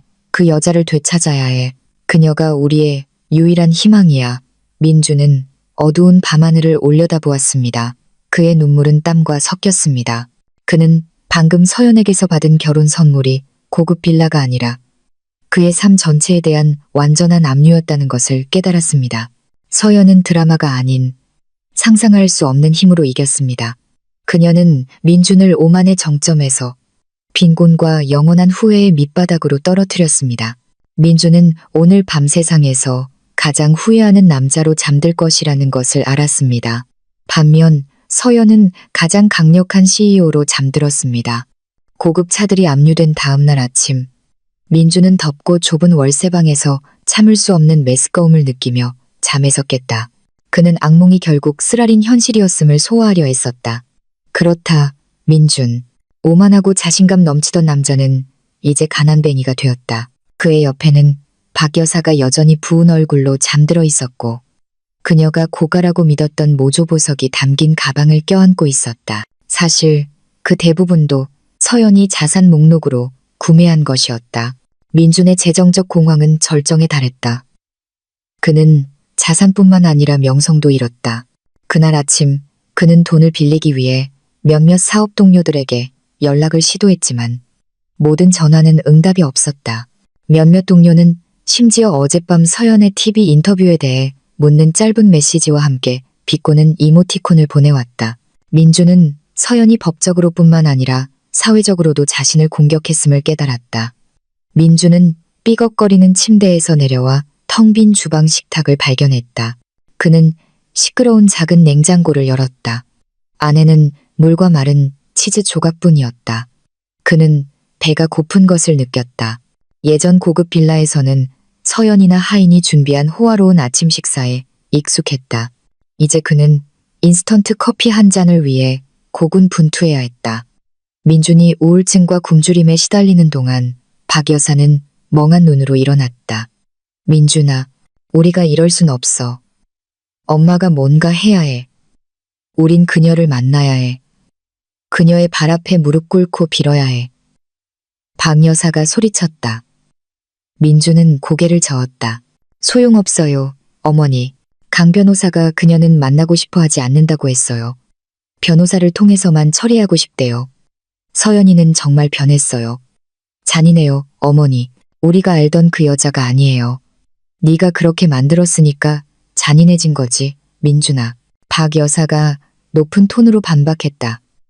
그녀 자신도 잘못이 있다는 것을 알면서도 네가 그녀가 아플 때 버리지만 않았어도 우리가 그녀를 모욕하지만 않았어도 우린 여기에 있지 않았을 거야. 후회가 박 여사의 마음속에 스며들기 시작했다. 양심 때문이 아니라 그들이 감당해야 할 재정적 결과 때문이었다. 그들의 논쟁 중에 방구석에 있던 낡은 TV가 켜졌다. 서연의 친구 지은이 인기 있는 아침 토크쇼의 화면에 나타났다. 지은은 화제가 되고 있는 서연의 이혼 사건에 대해 더 자세한 해명을 하기 위해 초대받았다. 민준과 박 여사는 즉시 침묵했다. 그들은 눈을 동그랗게 뜨고 TV를 응시했다. 그들의 얼굴은 창백했다. 지은은 세련되고 자신감 넘치는 모습으로 우아한 스튜디오 소파에 앉았다. 안녕하세요, 지은 씨. 친구이신 서연 씨의 이혼 사건이 정말 대중을 떠들썩하게 했습니다. 확인해 주실 수 있나요? 박민준 씨가 정말로 이혼당하고 그가 자랑하던 모든 자산을 잃었나요? 진행자가 물었다. 지은은 차분하게 미소 지었다. 네, 맞습니다. 서연이는 이혼 소송을 제기했고 집, 차량, 그리고 박민준 씨가 보유하던 현금 대부분까지 모든 자산이 서연이의 회사 명의로 회수되었습니다. 한 가지 바로잡고 싶은 것이 있습니다. 박민준 씨는 항상 자신이 그 자산의 단독 소유자라고 생각했습니다. 사실 그는 서연이에게 자금을 지원받는 임시 관리자에 불과했습니다. 월세방에 있던 민준의 얼굴은 더욱 창백해졌다. 박 여사는 아들의 팔을 꽉 잡았다. 민준은 알았다. 지은의 입에서 나오는 모든 말이 그의 명성에 관해 밝히는 못이라는 것을. 진행자는 계속했다. 저희는 또한 김서연 씨가 병원에 버려지고 전 남편에게 모욕을 당했다는 소식도 들었습니다. 이 주장을 뒷받침할 증거가 있나요? 지은은 고개를 끄덕였다. 물론입니다. 저희는 박민준 씨가 병원에 와서 서연이를 병약한 아내라고 모욕하고 자산 인수를 선언했을 때의 영상과 음성 녹음 증거를 가지고 있습니다. 저희는 이 모든 증거를 법원에 제출할 것입니다. 하지만 대중에게 교훈을 주기 위해 서연이가 그 음성, 녹음의 일부를 재생하는 것을 허락했습니다. 극적인 정적이 흘렀다. 그리고 비꼬고 모욕으로 가득 찬 민준의 목소리가 전국에 선명하게 울려 퍼졌다. 야, 이 병약한 아내야. 내가 이혼 소송 제기했어. 고급 빌라와 모든 자산은 내가 다 가져다가 내 새 아내가 될 사람에게 넘겼어. 하하, 민준과 박 여사는 소파에서 움찔했다. 그 녹음은 피할 수 없는 치욕이었다. 민준은 귀를 막았다. 안 돼, 꺼. 저 TV 꺼요, 어머니. 그가 소리쳤다. 하지만 박 여사는 얼어붙어 움직일 수 없었. 그녀는 한때 오만했던 민준의 얼굴이 이제 TV에 잔인하고 거짓말쟁이인 남자로 선명하게 비치는 것을 보았다. 진행자는 한숨을 쉬었다. 정말 잔인하군요. 그렇다면 박민준 씨는 아내가 억만장자라는 사실을 얕잡아 본 것만으로 48시간도 채 안 되어 자존심을 포함한 모든 것을 잃었다고 할 수 있겠네요. 지은은 진지한 표정으로 카메라를 응시했다. 정확합니다. 서연이는 감정적으로 행동한 것이 아니라 원칙에 따라 행동했습니다. 그녀는 부와 권력, 자유가 자신의 것임을 보여주고 싶었습니다. 그리고 어떤 남자도 모욕적인 방법으로 그것을 빼앗을 권리가 없다는 것을요. 박민준 씨는 그가 마땅히 받아야 할 것을 받았습니다. 그는 오만함과 한 여성의 가치에 대한 무지 때문에 모든 것을 잃었습니다. 지은이 말을 마치자 민준은 박 여사로부터 증오의 찬 시선을 느꼈다. 박 여사는 일어서서 떨리는 손가락으로 민준을 가리켰다. 네가 우리를 망쳤어, 민준아. 다 내 더러운 입 때문이야. 우린 이제 아무것도 얻지 못할 거야. 엄마는 부끄러워. 정말 부끄러워. 민준은 자신을 변호하려 했다. 몰랐어요, 어머니. 맹세코 그녀가 그렇게 부자인 줄 몰랐어요. 그녀는 항상 소박하게 옷을 입었고 항상 아프다고 했어요. 내가 어떻게 알았겠어요. 네가 그녀에게 전혀 신경 쓰지 않았기 때문이지. 박 여사가 반박했다. 너는 너 자신밖에 신경 안 썼어. 이제 온 나라가 우리가 누군지 알아. 우리는 웃음거리야. 다음 날 민준과 박 여사는 일자리를 찾는 것 외에 선택의 여지가 없었다. 한때 사업가이자 회사 소유주였던 민준은 이제 겨우 빌린 차로 배달 기사 일을 구할 수밖에 없었다. 한편 한때 부치크와 고급 살롱을 드나들던 사교계 명사였던 박 여사는 이제 도시 구석의 편의점 직원으로 일하는 쓰라린 현실을 받아들여야 했다. 매일 그들은 수치심을 삼켜야 했다. 몇몇 고객들은 서연의 인터뷰와 토크쇼에서 그들을 알아보고 동정의 눈길을 보내거나 심지어 날카로운 비꼬는 말을 던졌다. 민준과 밤 여사는 서연의 복수가 돈에 관한 것이 아니라 모욕에 관한 것임을 깨달았다. 서연은 온 나라 앞에서 공개적으로 그들의 모욕에 보복했고 그들의 자존심이 산산조각 나도록 만들었다. 그들은 이제 깊은 후회 속에서 살았다. 그들이 잔인하게 버린 여자가 그들의 유일한 보호자이자 사치의 원천이었음을 깨달았다. 민주는 매일 인터넷에서 서연의 사진을 볼 수밖에 없었고 한때 약했던 서연과 이제 비즈니스 세계 무대에서 빛나는 서연을 비교했다. 그 후에는 서연이 겪었던 피로보다 훨씬 더 치명적인 병이었다. 서연이 이혼 소송을 제기하고 민준이 모든 것을 잃은 지 3주가 지났습니다. 오늘은 그들의 첫 이혼 재판 날이었습니다. 법정의 분위기는 팽팽했고 불륜, 모욕, 그리고 화제가 된 숨겨진 부의 드라마에 흥미를 느낀 기자들과 대중의 눈으로 가득 찼습니다. 서연은 개인 경호원들의 철통 경호를 받으며 그녀의 든든한 변호사와 충실한 친구 지은과 함께 도착했습니다. 서연은 권위와 평온의 아우라를 발산하는 짙은 색의 정장을 입고 있었습니다. 그녀는 꼿꼿이 앉아 앞을 똑바로 응시하며 전 남편에게는 조금의 관심도 주지 않았습니다.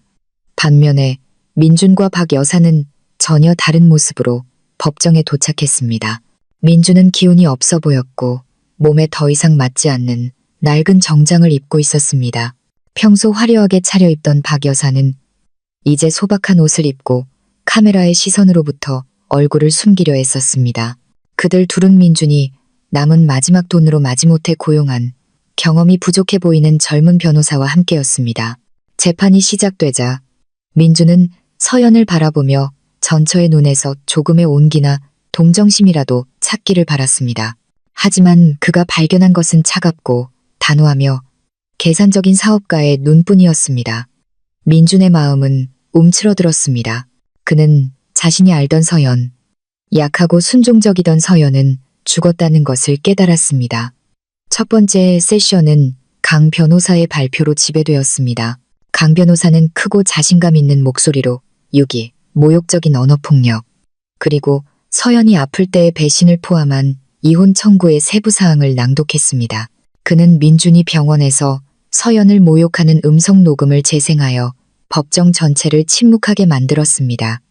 민준의 변호사는 민준이 단지 스트레스를 받고 있었고 녹음이 편집되었다는 주장으로 대응하려 했지만 그 영향은 이미 돌이킬 수 없이 손상되었습니다. 그리고 가장 결정적인 부분, 재정 및 자산 세부 정보 공개가 이어졌습니다. 강 변호사는 반박할 수 없는 증거들을 제시했습니다. 서연의 개인 사업을 통해 얻은 모든 자산은 전적으로 서연의 소유라는 내용의 민준이 서명한 혼전, 계약서. 그리고 강 변호사는 서연의 진짜 정체를 폭로하기 시작했습니다. 존경하는 재판장님, 강 변호사가 말했습니다. 제 의뢰인 김서연 씨는 그동안 가정의 화목을 지키기 위해 자신의 진짜 정체를 숨겨왔습니다. 그녀는 인공지능 분야에서 활동하며 수조원 가치의 프로젝트를 보유한 기술회사 이노베이트 글로벌의 CEO이자 단독 소유주입니다. 방청석에서는 떠들썩한 속삭임이 들렸습니다. 민준과 박 여사는 말도 안 되게 놀랐습니다. 이미 텔레비전에서 보았음에도 불구하고 법정에서 합법적인 증거들과 함께 듣는 것은 쓰나미에 휩쓸리는 것 같았습니다. 강 변호사는 서연의 재무 보고서를 큰 화면에 투영했습니다. 김서연 씨의 월 평균 순수입은 10억 원에 달합니다. 박민준 씨가 자신의 소유라고 주장했던 모든 부동산, 고급 빌라, 차량, 투자 계좌는 모두 김서연 씨가 회사 자금으로 구매한 재고 자산입니다. 박민준 씨가 편안하게 느낄 수 있도록 소유권이 위장되었을 뿐입니다. 민주는 분노와 절망에 찬 얼굴로 자리에서 일어났습니다. 거짓말이야, 속임수야. 부자라면 왜 항상 아프다고 했어? 왜 항상 평범한 사람처럼 옷을 입었냐고? 민준이 소리치며 눈물이 뺨을 흘러내렸습니다. 판사가 망치를 두드리며 정숙을 요청했습니다. 서연은 민준을 바라보았고 처음으로 법정에서 민준에게 직접 말했습니다. 내가 아팠던 건 당신의 거짓말을 덮어주고 당신의 자존심에 돈을 대느라 너무 지쳤기 때문이에요. 민준 씨. 서연이 말했습니다. 그녀의 목소리는 조용했지만 날카로웠습니다. 내가 소박하게 입었던 건 당신이 내 돈이 아니라 나를 사랑해주길 바랐기 때문이에요. 하지만 당신은 내가 아플 때조차 나를 사랑할 수 없었어. 당신은 당신 것이라고 생각했던 돈에만 관심이 있었지. 민주는 반격하려 했습니다. 하지만 넌 날 속였어. 이 모든 걸 나한테 비밀로 했잖아. 강 변호사가 즉시 말을 잘랐습니다. 박민준 씨, 김서연 씨는 당신을 속이지 않았습니다. 당신 스스로를 속였을 뿐입니다. 법 앞에서 당신은 자산을 명확하게 분리하는 계약에 서명했습니다. 제 의뢰인은 단지 자신의 사생활을 지켰을 뿐입니다. 오히려 당신이 유기를 하고 제 의뢰인의 회사 자산을 훔치려 한 것입니다.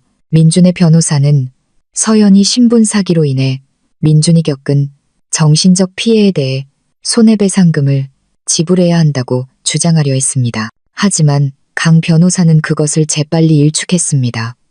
정신적 피해라고요? 정신적 피해를 주장해야 할 사람은 제 의뢰인입니다. 박민준 씨는 그녀가 극심한 업무 스트레스와 싸우고 있을 때 그녀를 병약하다고 모욕했습니다. 저희는 영상 증거를 가지고 있습니다. 박민준 씨가 이혼 소송을 제기한 지 이틀 만에 재혼했다는 증거도 있습니다. 박민준 씨가 김서연 씨의 부에 대해 전혀 몰랐을 뿐만 아니라 기여하지도 않았다는 증거도 있습니다. 강 변호사가 민준의 모든 돈이 서연의 회사 계좌에서 나왔음을 보여주는 은행 이체 서류를 제시하며 말했습니다. 서연이 일어섰습니다.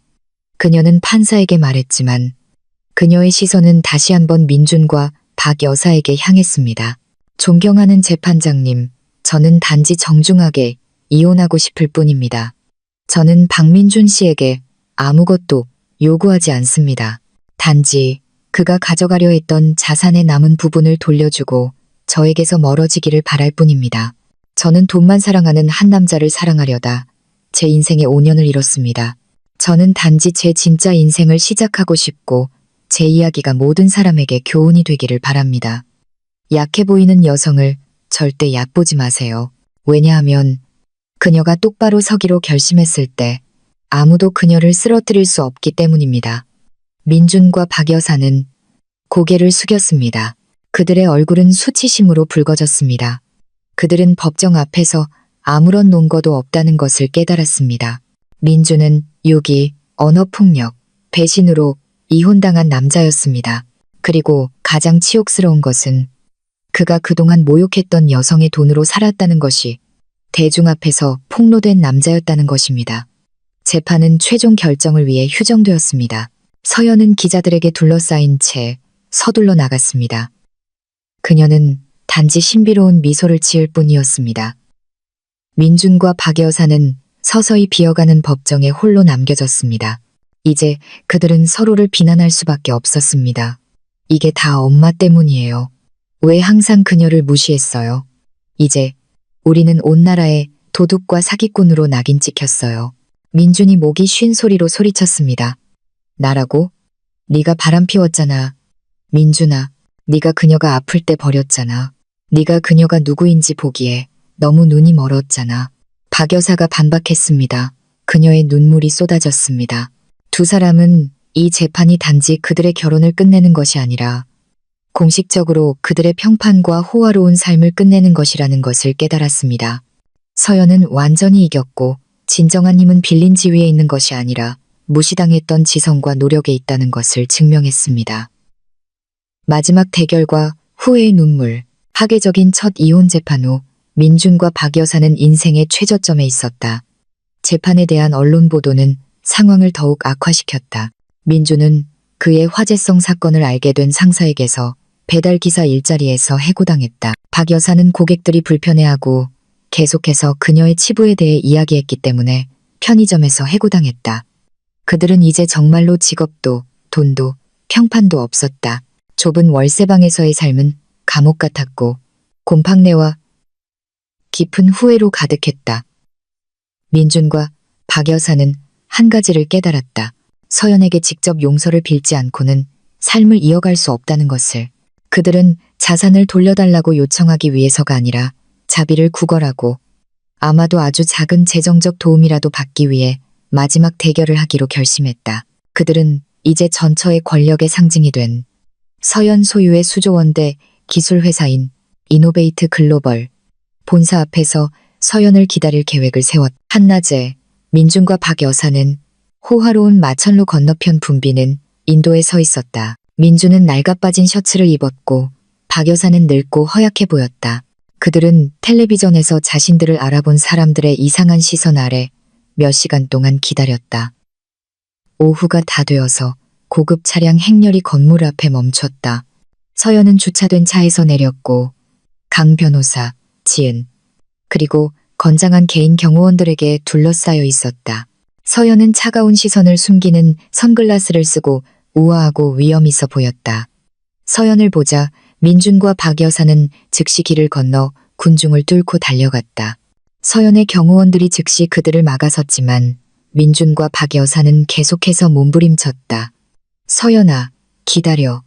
제발. 민준이 소리쳤다. 그의 목소리는 갈라졌다. 서연은 걸음을 멈췄다. 그녀는 선글라스를 벗고 민준과 박 여사를 꿰뚫는 듯한 무표정한 시선으로 바라보았다. 그녀는 경호원들에게 잠시 물러나라고 신호를 보내 이 마지막 드라마를 위한 무대를 마련했다. 여기 왜 왔죠, 민준 씨? 우리는 법정을 통해서만 처리하기로 합의하지 않았나요? 서연이 물었다. 그녀의 목소리는 눈물로 가득 찬 민준의 얼굴과 대조적으로 차분했다. 민준은 서연 앞에 무릎을 꿇었다. 한때 매우 오만했던 남자에게는 치욕적인 광경이었다. 서연아, 제발 용서해줘. 내가 잘못했다는 거 알아. 나는 세상에서 가장 어리석은 남자야. 나는 공허함을 위해 다이아몬드를 버렸어. 민준은 흐느껴 울었다. 네가 이렇게 부자인 줄 몰랐어. 내 오만함 때문에 눈이 멀었어. 그 모든 잔인한 말들에 대해 사과할게. 제발. 그 집을 돌려달라고는 안 할게. 하지만 제발 일자리라도 줘. 나는 이제 아무것도 없어. 서연아, 어머니도 이제 직업이 없어. 박 여사도 무릎을 꿇었다. 그녀의 얼굴에는 조금의 오만함도 남아있지 않았다. 그녀는 서연의 치마 끝을 잡았다. 서연아가 제발, 내가 미안해. 내가 잘못했어. 내가 항상 너를 무시했어. 후회한다, 아가. 너를 재수 없는 여자라고 부른 걸 후회해. 네가 우리 삶을 지탱해준 천사였다는 걸 몰랐어. 제발 내 아들이 노숙자가 되게 놔두지 마. 우린 이제 아무것도 없어. 박 여사가 울었다. 그녀의 눈물이 인도를 적셨다. 지은과 강 변호사는 이 뒤늦은 후회의 드라마를 조용히 지켜볼 뿐이었다. 서연은 무릎 꿇은 민준과 박 여사를 바라보았다. 그녀는 깊은 숨을 내쉬었고 그녀의 목소리는 차갑고 감정 없이 들렸다. 후회라고요? 당신들은 내 돈을 잃었기 때문에 후회하는 건가요? 민준 씨, 박 어머님, 당신들이 나를 아프게 했기 때문이 아니고요. 만약 내가 당신들이 가난하다고 여겼던 병약한 아내로 계속 남았다면 당신들은 절대 이렇게 와서 빌지 않았을 거예요. 서연은 조금 뒤로 물러섰다. 나는 당신들에게 5년의 기회를 줬어요. 5년 동안 나는 당신들이 호화로운 삶을 즐기게 내버려뒀어요. 5년 동안 나는 당신들이 내 가치를 알아주길 바랐어요. 내 재산뿐만 아니라 하지만 당신들은 뭘 했죠? 당신들은 나를 비웃고 버리고 내가 가장 약해졌을 때 나에게서 훔치려 했어요. 서연은 민준을 똑바로 쳐다보았다. 나는 당신에게 일자리를 주지 않을 거예요. 민준 씨, 나는 당신에게 돈을 주지 않을 거예요. 만약 내가 그렇게 한다면 당신은 절대 배우지 못할 거예요. 당신은 호화로운 가면도 없고 내 돈도 없이 처음부터 삶을 다시 세우는 것이 어떤 의미인지 느껴봐야 해요. 당신은 내가 예전에 느꼈던 것처럼 무시당하는 것이 어떤 기분인지 느껴봐야 해요. 민주는 서연의 손을 잡으려 했다. 하지만 나는 내 남편이었잖아. 서연아, 전 남편. 우리는 행복했었어. 서연은 손을 뺐다. 우리는 행복하지 않았어요. 우리는 거짓말 속에서 살았어요. 이제 그 거짓말은 끝났어요. 나는 진짜 김서연이 되었고 이 세상에 더 이상 당신을 위한 자리는 없어요. 서연은 박 여사에게로 돌아섰다. 박 어머님, 저는 당신이 한 여성의 명예가 그녀의 집안 배경이 아니라 그녀의 마음에 의해 결정된다는 것을 배우셨기를 바랍니다. 당신이 평화를 얻기를 기도하며 정직한 방법으로 생계를 꾸려나갈 수 있기를 바랍니다. 서연은 경호원들에게 떠나라고 신호했고 그들이 이 사무실 구역에 접근하지 못하게 하라고 했다. 민준과 박 여사는 경호원들에게 강제로 끌려나갔다. 민준은 계속해서 서연의 이름을 부르며 몸부림쳤지만 서연은 이미 뒤돌아보지 않고 그 웅장한 건물 안으로 걸어 들어갔다. 민준과 박 여사의 눈물은 이제 타는 듯한 수치심과 섞였다. 서연이 모든 문을 닫았음을 깨달았다. 민준과 박 여사는 이제 텅 빈 인도에 서 있었다. 그들의 후회는 수천 킬로그램의 금보다 무거웠다.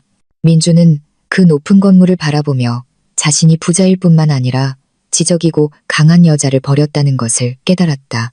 그는 서연이 잔인한 것이 아니라 단지 그들의 행동에 대한 합당한 결과를 주었을 뿐이라는 것을 깨달았다. 민주는 울고 있는 어머니를 껴안으며 그들의 삶이 완전히 망가졌고 그 파괴는 자신들의 소행이라는 것을 깨달았다. 이 마지막 대결은 단지 사실을 확인시켜 주었을 뿐이다. 서연은 앞으로 나아갔고 그들 둘을 후회로 가득 찬 과거에 남겨두었다. 서연의 사무실 앞에서 굴욕적인 대결을 벌인 후 민준과 박 여사는 상심한 마음으로 월세방으로 돌아갔다. 그들은 더 이상 돌아갈 길이 없다는 것을 깨달았다. 서연은 재정적으로 뿐만 아니라 감정적으로도 문을 닫았다. 그들의 후회는 이제 서연 앞에서 벌이는 드라마가 아니라 그들이 짊어져야 할 실질적인 짐이 되었다. 매일 민주는 압류 당일에 그를 버리고 간 전세 아내인 유나에게 연락을 시도했다. 그는 유나가 최소한의 공감이나 어쩌면 돈이라도 남아있기를 바랐다. 하지만 그의 모든 전화는 받지 않았다.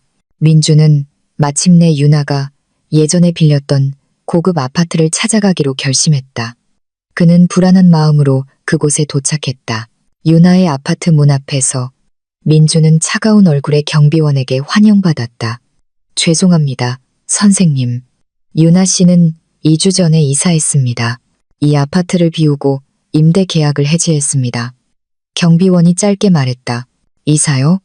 어디로 이사했나요? 메시지는 남겼나요? 민준이 애원하는 목소리로 물었다. 경비원은 고개를 저었다. 유나 씨는 아무런 메시지도 남기지 않았습니다. 그냥 큰 여행 가방을 들고 떠났습니다. 안에 모든 물건은 이미 가져갔습니다. 서두르는 것 같았습니다. 민주는 몇 번이고 세상이 무너지는 것을 느꼈다. 서연을 대신하기 위해 선택한 여자, 유나. 행복과 지위를 가져다 줄 것이라고 믿었던 여자. 알고 보니 민준에게 재산이 없다는 것을 알자마자 흔적도 없이 그를 버렸다. 유나는 단지 자산을 노렸을 뿐이었다. 그리고 그 자산이 사라지자 유나도 사라졌다. 민주는 유나가 얼마나 위선적이었는지 그리고 유나를 서연과 비교했던 자신이 얼마나 어리석었는지 깨달았다. 서연은 불을 숨겼지만 항상 충실하게 그의 곁을 지켰다. 유나는 돈이 있을 때만 나타났다. 민주는 그 나쁜 소식을 가지고 월세방으로 돌아왔다. 불안하게 기다리던 박 여사는 즉시 히스테릭해졌다. 뭐라고? 그 여자가 떠났다고? 빌어먹을 년. 우리 돈만 원했던 거야. 염치도 없는 것. 박 여사가 분노를 터뜨리며 소리쳤다. 됐어요, 어머니. 그 여자도 나보다 나을 게 없어요. 우리 둘 다 재물에 눈이 멀었을 뿐이에요. 민준이 나직이 말했다. 그는 이제 정말로 후회하는 듯 들렸다. 이스라림은 민준이 상황을 탓하는 것뿐만 아니라 자신의 잘못을 보기 시작하게 만들었다. 민준과 박 여사의 재정 상황은 최악에 이르렀다. 그들은 마지막 남은 개인 물품들을 팔기 시작했다. 민준이 서연의 돈으로 산 시계, 박 여사가 자랑하던 모조 보석들. 판매 수익은 며칠 동안 먹고 살기에 겨우 충분했다. 그들은 어쩔 수 없이 반찬도 거의 없는 밥을 먹었다. 과거에 항상 즐겼던 호화로운 음식 축제와는 고통스러운 대조를 이루었다. 어느 날 밤, 민주는 고열에 시달렸다. 박 여사는 변변찮은 약으로 그를 돌보려 했었다. 민주는 잠결에 신음하며 서연의 이름을 불렀다. 서연아, 미안해. 제발 도와줘. 박 여사는 아들 옆에 앉았다. 그녀의 눈물이 흘러내렸다. 안다, 아들아. 엄마도 후회해. 서연이는 착한 여자였어. 우리가 눈이 멀지만 않았더라면. 박 여사는 민준을 껴안으며 그들에게 닥친 업보가 얼마나 끔찍한지 깨달았다. 한편 서연의 이혼 소식은 계속해서 대중의 주목을 받았다. 서연은 지은과 강 변호사와 함께 기자회견을 열었다. 이 기자회견은 그녀의 드라마에 관한 것이 아니라 서연의 자선 발표에 관한 것이었다. 서연은 민준의 시도로부터 구제한 돈의 대부분을 자선과 빈곤 아동을 위한 학교 건립에 기부하겠다고 발표했다. 저는 오만함을 위해 오용된 돈이 선행에 사용될 수 있다는 것을 보여주고 싶습니다. 저는 이 돈이 불운을 가져오는 것을 원하지 않습니다. 이것이 저뿐만 아니라 많은 사람들에게 새로운 시작이 되기를 바랍니다.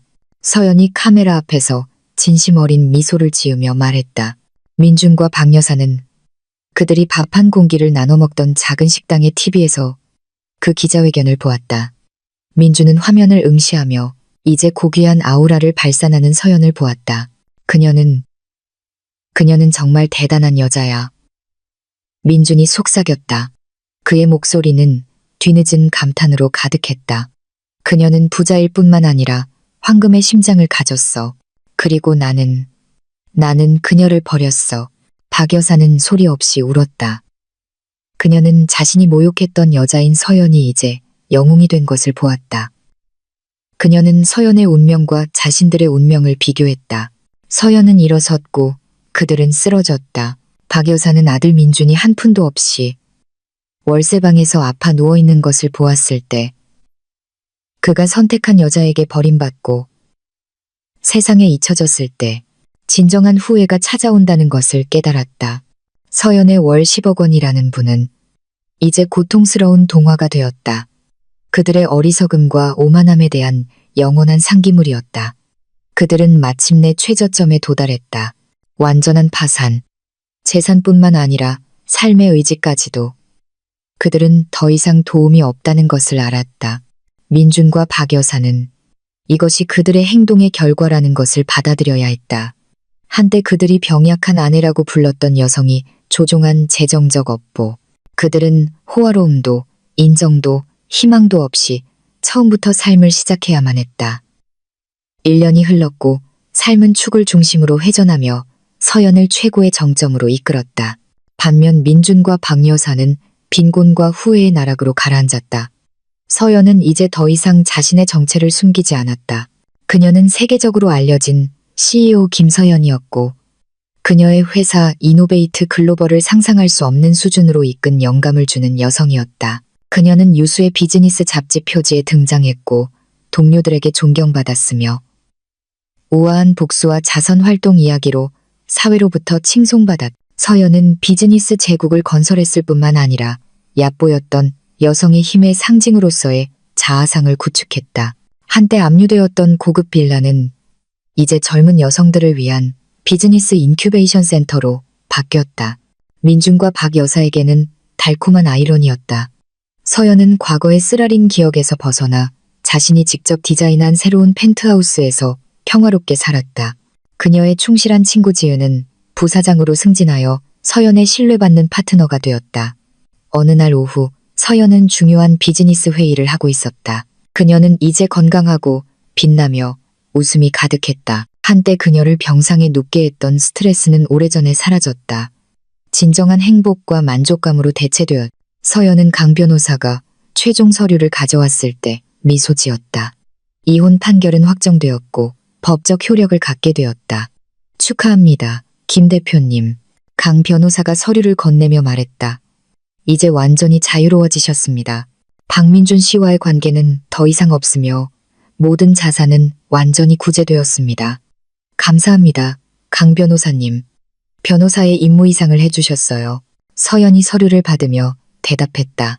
그녀는 서류를 잠시 바라본 다음 감정 없이 내려놓았다. 이제 우리의 초점은 유럽의 새로운 프로젝트입니다. 과거는 끝났습니다. 한편 민준과 박 여사의 운명은 매우 달랐다. 1년 동안 정규직 없이 고군분투한 후 그들은 그 좁은 월세방에서 도시 외곽에 누추한 고시원방으로 이사해야 했다. 민준은 겨우 먹고 살 만큼의 일당을 받으며 일용직 노동자로 일했다. 그는 더 이상 숨을 수 없었다. 그의 평판은 완전히 무너졌다. 그리고 그가 괜찮은 일자리를 구하려고 할 때마다 서연의 인터뷰 이야기와 그의 모욕적인 음성 녹음이 항상 그림자처럼 따라다녔다. 박 여사는 이제 영양실조와 스트레스로 늙고 병약해졌다. 대부분의 시간을 고시원방에서 보냈다. 그녀는 더 이상 오만하지 않았다. 매일 그녀는 서연에게 했던 거친 말들을 후회했다. 그녀는 자주 울었다. 단지 힘든 삶 때문만이 아니라 그녀가 아들의 미래를 스스로 망쳤다는 것을 깨달았기 때문이었다. 어느 날 밤 민주는 고시원방 앞에서 멍하니 앉아 있었다. 그는 길 건너 식당의 공용 TV에 서연이 나타나는 것을 보았다. 서연은 국제포럼에서 영감을 주는 연설을 하고 있었다. 한 여성의 힘은 남편의 지지가 얼마나 큰가로 측정되는 것이 아니라 쓰러진 후 얼마나 굳건히 일어설 수 있는가로 측정됩니다. 다른 사람이 당신의 가치를 정의하게 두지 마세요. 한 여성의 진정한 왕관은 그녀의 명예, 지성, 그리고 재정적 자유입니다. 서연이 연설에서 말했다. 민주는 눈물을 글썽이며 화면을 응시했다. 그는 더 이상 서연을 미워하지 않았다. 그는 오히려 감탄하고 후회했다. 민주는 자신이 행복, 고귀함, 그리고 자신의 명예를 이혼했다는 것을 깨달았다. 그는 그에게 모든 것을 준 여자를 순간의 오만함과 바꿨다. 그 후에는 이제 그가 가진 유일한 자산이 되었다. 고시원방에서 박 여사가 약한 목소리로 민준을 불렀다. 민준아, 엄마가 너한테 사과하고 싶어. 엄마가 잘못했어. 엄마가 너를 오만한 남자로 만들었어. 우리가 서연이에게 못된 짓을 했어. 지금 이게 우리 업보야, 아들아. 민주는 들어가 어머니를 껴안았다. 우리는 이걸 받아들여야 해요. 어머니, 서연이가 옳았어요. 우리는 처음부터 다시 시작해야 해요. 이번에는 오만함도 없고 다른 사람의 권리를 뺏으려는 시도도 없이요. 도시의 다른 편에 있는 서연은 새로운 성취를 축하하고 있었다. 그녀는 더 이상 사랑이나 복수를 찾지 않았다. 그녀는 자기 자신과 자신의 일에서 진정한 사랑을 찾았다. 그녀는 자주 지은 강 변호사와 저녁 식사를 하며 그들의 자유와 성공을 축하했다. 서연은 새로운 끝이 누군가의 아내가 아닌 강인하고 존경받는 김서연으로서 자신의 운명을 지배하는 끝이라는 것을 보여주었다.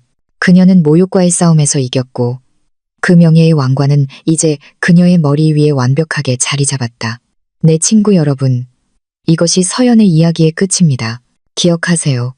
약해 보이는 여성을 절대 얕보지 마세요. 왜냐하면 그녀가 일어설 때 그녀는 결코 도움을 요청하지 않을 것이기 때문입니다.